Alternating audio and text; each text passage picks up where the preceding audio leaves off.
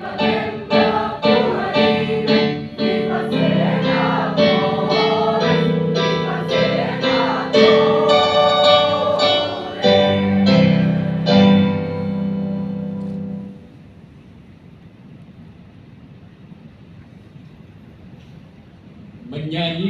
lagu kebangsaan Indonesia.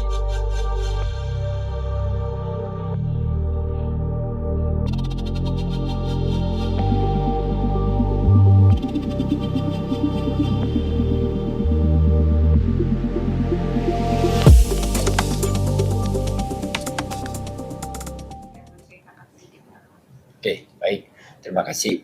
Jadi kami di Agustus yang lalu kan sudah mendapat izin penggabungan, yaitu pertama Akper Hermina, kemudian Poltekkes Hermina, yang ketiga adalah Stikes Istara.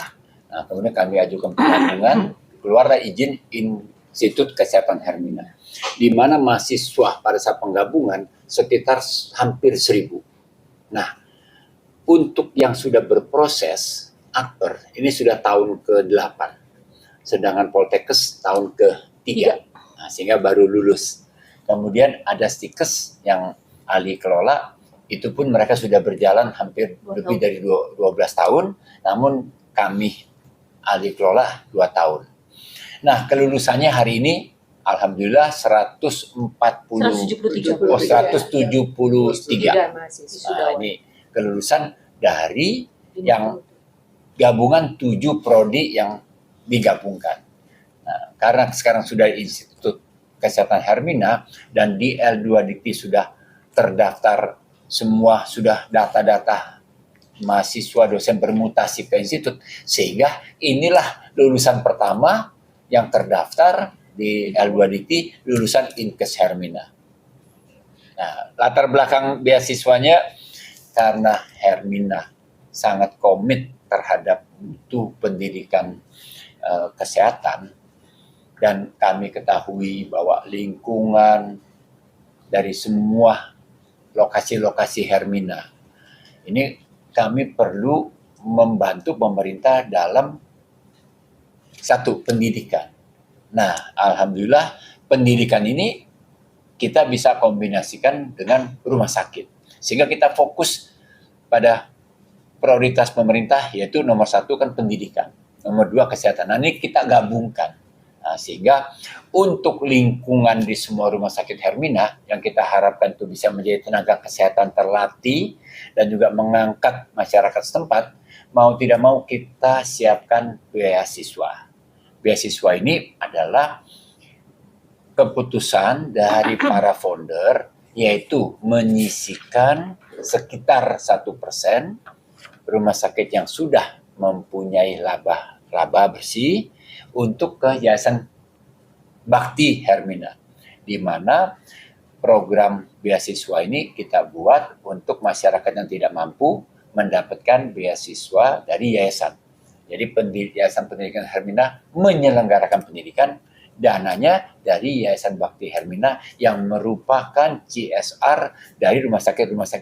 Tidak, yang diutamakan justru yang lingkungan semua rumah sakit Hermina yang memang sangat ingin pendidikan, tapi kemampuan orang tua terbatas. Untuk yang Hermina, karena mereka umum yang bekerja itu punya kemampuan, ya mereka ikut prosedur yang normal. Kecuali nanti ada angka-angka tertentu ya, yang nilai tinggi. Silakan Bu Rektor. Ya, jadi terkait dengan program beasiswa, memang di awal dulu kita memang memberikan itu sejak pertama mereka masuk, sudah dengan fasilitas beasiswa. Namun dengan berbagai pertimbangan dan berjalannya waktu, maka sesuai dengan definisi beasiswa adalah diperuntukkan bagi mahasiswa yang satu berprestasi, karena itu sebagai reward. Yang kedua memang dari aspek kemampuan finansial orang tua tidak mensupport, sehingga kita berikan itu di semester kedua. Jadi mereka wajib mengikuti semester 1 dulu, setelah kita memonitor, memantau prestasi dan attitude-nya mendukung, maka kita naikkan mereka untuk diberikan fasilitas beasiswa di semester kedua. Karena balik lagi bahwa definisi beasiswa itu adalah untuk mahasiswa berprestasi dengan catatan finansial orang tua tidak mendukung. Jadi kita memberikan support supaya sasaran dari beasiswa itu lebih tepat gitu. Apa tadi berapa persen? Oh, itu maksudnya Penyerapan. penyerapan, bukan lulusan. Kalau lulusan kita 100%, baik itu ujian lokal maupun ujian kompetensi yang diselenggarakan oleh OP, organisasi profesi di tingkat nasional, kita lulus 100%. Namun kan untuk penyerapan memang persentasenya tidak selalu 100%, karena lulusan-lulusan kadang-kadang mereka memang sudah punya rencana lain. Meskipun kita punya prioritas untuk menyerap mereka, tetapi karena ada pertimbangan, misalnya mau yang pulang ke daerah, mengambil formasi di daerah, ikut PNS, begitu. Nah, itu kita berikan kesempatan juga kalau memang mereka tidak melanjutkan untuk memilih di Hermina. Tapi kita prioritaskan kalau memang mereka belum ada rencana untuk ke tempat lain, pasti kita dahulukan di Hermina.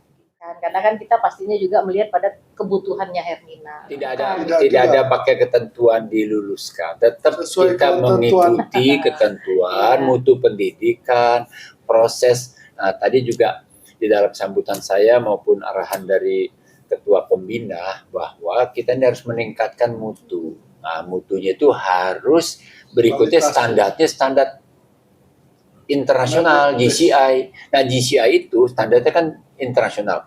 Mereka kalau survei, wawancara, sidak, itu nggak bisa main-main.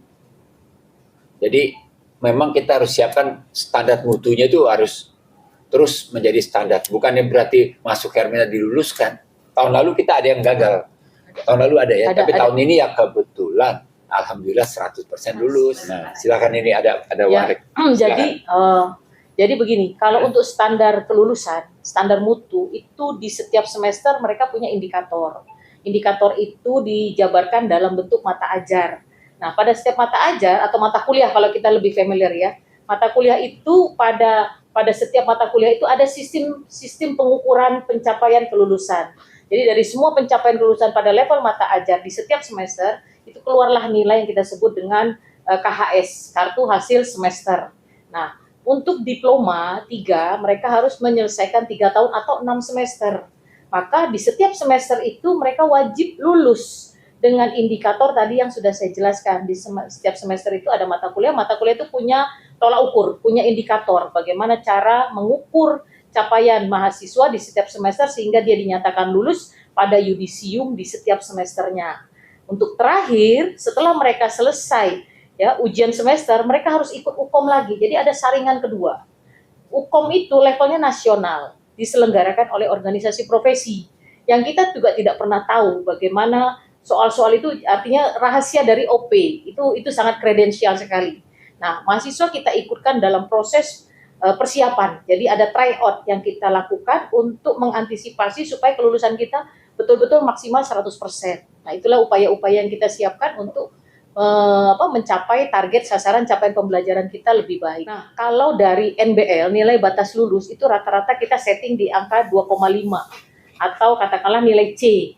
Hanya passing grade kalau untuk dia praktikum kita di 2,75. Jadi lebih tinggi daripada passing grade untuk capaian teori. Nah, itu yang kita setting. Tetapi untuk kelulusan kami tahun ini itu rata-rata nilai IPK rata-rata mereka itu di 3,52. Artinya levelnya adalah level A. Begitu. Harapannya adalah itu tadi, ketika memang mereka terserap oleh Hermina Group di lingkungan Rumah Sakit Hermina, betul-betul mereka punya reputasi yang dapat dipertanggungjawabkan. Karena kita berangkat dari 3 institusi. Jadi ada Akper itu dulu Ban PT, akreditasi lembaganya adalah baik sekali. Lalu kemudian Politeknik Kesehatan. Nah, Politeknik Kesehatan karena memang baru di tahun ketiga kita sudah bergabung, sehingga untuk akreditasi lembaganya kita merujuk kepada akreditasi lembaga yang baru nanti institut. Nah, akreditasi lembaga untuk institut ini akan diambil melalui surveillance oleh Kementerian Kemendikbud itu dari salah satu akreditasi Ban PT yang ada pada institusi sebelumnya, misalnya pada Akper. Akper kan baik sekali. Kemudian pada Poltekkes ini memang belum melakukan akreditasi Ban PT. Kalau Stikes itu sudah dengan akreditasi baik. Nah, ketiga lembaga ini ketika kita bergabung menjadi institut diambil dari salah satu. Tetapi untuk bisa diambil dari salah satu, itu kita harus menyerahkan data-data surveillance ke Ban PT. Nanti mereka akan buat kesesuaiannya. Sehingga nanti Ban PT kita itu memiliki kesetaraan, apakah baik atau baik sekali. Itu yang memutuskan adalah dari Ban PT. itu melalui metode surveillance tadi. Seperti itu pelaporan data, tetapi memang karena kita punya program studi S1 fisioterapi yang sedang berproses melengkapi atau kelengkapan ke dosen, maka kita sedang menunggu seluruh aspek dosen pada S1 fisioterapi prodi barunya ini selesai. Jadi sebetulnya sedang berproses untuk dikeluarkan data penyesuaian oleh BANPT. Gitu. Tapi kalau untuk yang prodi-prodi lain kita sudah keluar akreditasi masing-masing, itu ada yang baik, ada yang baik sekali. Ya, oke, baik. Kalau yang pertama, kita memang mempunyai sasaran bahwa tenaga-tenaga kesehatan yang ada di rumah sakit, kebutuhannya kan nomor satu dipenuhi dari Inkes Hermina. Nah, di luar itu baru kita merekrut. Kami ini kan setiap tahun buka 2-4 rumah sakit. Jadi tenaga kesehatan yang dari Inkes ini memang belum bisa memenuhi semua. Jadi masih human resource merekrut dari luar. Nah, untuk mempush itu, kami mensupport terus tingkatkan sampai akreditasinya ada 2. Akreditasi BANPT, kelembagaan, sama akreditasi LAMPTKes. Untuk LAMPTKes, ini kita minta mereka ini harus unggul sekali, bahkan baik sekali sampai unggul. Itu target dari LAMPTKes dari sisi materi silabus. Nah, dari BANPT, karena tahun lalu kami masih di Kampung Melayu, jadi ini baru berproses pindah di sini, baru pas semester kedua ya, baru kita mulai.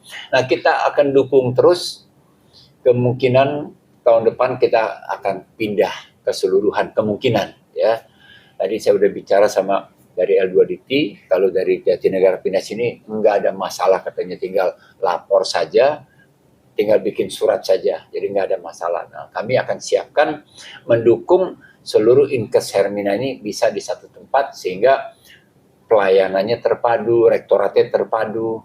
Ya, mudah-mudahan kita bisa semua, walaupun mungkin nggak tahun 2024. Nah, ini yang akan kita support, semua prodi-prodi itu bisa maksimal. Nah, yang lalu kita standar tenaga kesehatan kan hanya sampai Starkes akreditasi.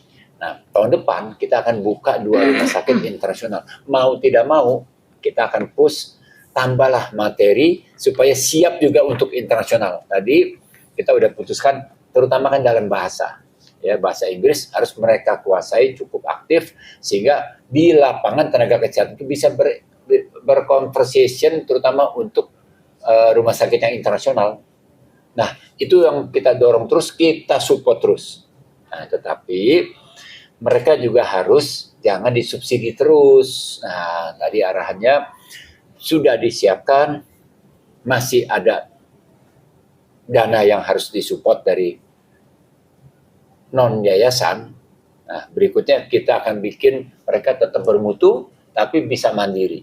Nah, ini yang kita minta manajemen supaya mampu mandiri, mampu meningkatkan mutu, kerjasama dengan internasional ditambah, sehingga satu lagi program yang tadi kita putuskan adalah tenaga kesehatan kita yang ingin maju, kita akan kerjasama untuk bekerja di luar 1 tahun apa 2 tahun. Nah, mereka kembali yang udah kerja di luar, tentu kan know-how dan bahasanya pasti kan lebih tinggi. Nah, itu kita akan buat jenjang karirnya di internal. Nah, karena yayasan ini juga di kami, rumah sakit jaringan juga nanti di kami, ya kita mudah link and match antara kebutuhan pendidikan yang kita harapkan benar-benar lulusan Hermina itu nanti menjadi diperebutkan juga oleh rumah sakit lain. Itu hope-nya dari para founder. Nah, hambatan ini ya itu kan manajerial, problem solving, entrepreneur. Dan ini semua latihan dari kami. Dan founder BOD semua dukung. Terus belajar. Nggak ada kan organisasi yang tidak belajar. Harus semuanya belajar. Ya, ini kan link and match. Bersinergi nantinya. Kita bisa mengatur pendidikan dengan standar dari Kemenkes dan Kemendikbud, ditambah memang ada materi-materi lokal yang memang dimungkinkan. Nah, itu materi lokal itu yang akan kita isi dengan budaya Hermina dan standar-standar Hermina yang memang semakin tahun kita pun bertransformasi. Sampai tahun lalu kita kan hanya rumah sakit brand Hermina, yaitu pasien yang melayani BPJS yang komposisinya kita harapkan 40-60. Nah, tahun depan kita standarnya internasional. Tetap BPJS kita wajib layani, tapi internasionalnya VVIP-nya eksekutif dari tenaga-tenaga yang bekerja di kedutaan besar, kemudian juga tenaga asing, nah kita wajib bisa terima. Nah ini kan mau nggak mau standar internasional itu udah nggak bisa ditawar lagi, karena 2 tahun depan kita akan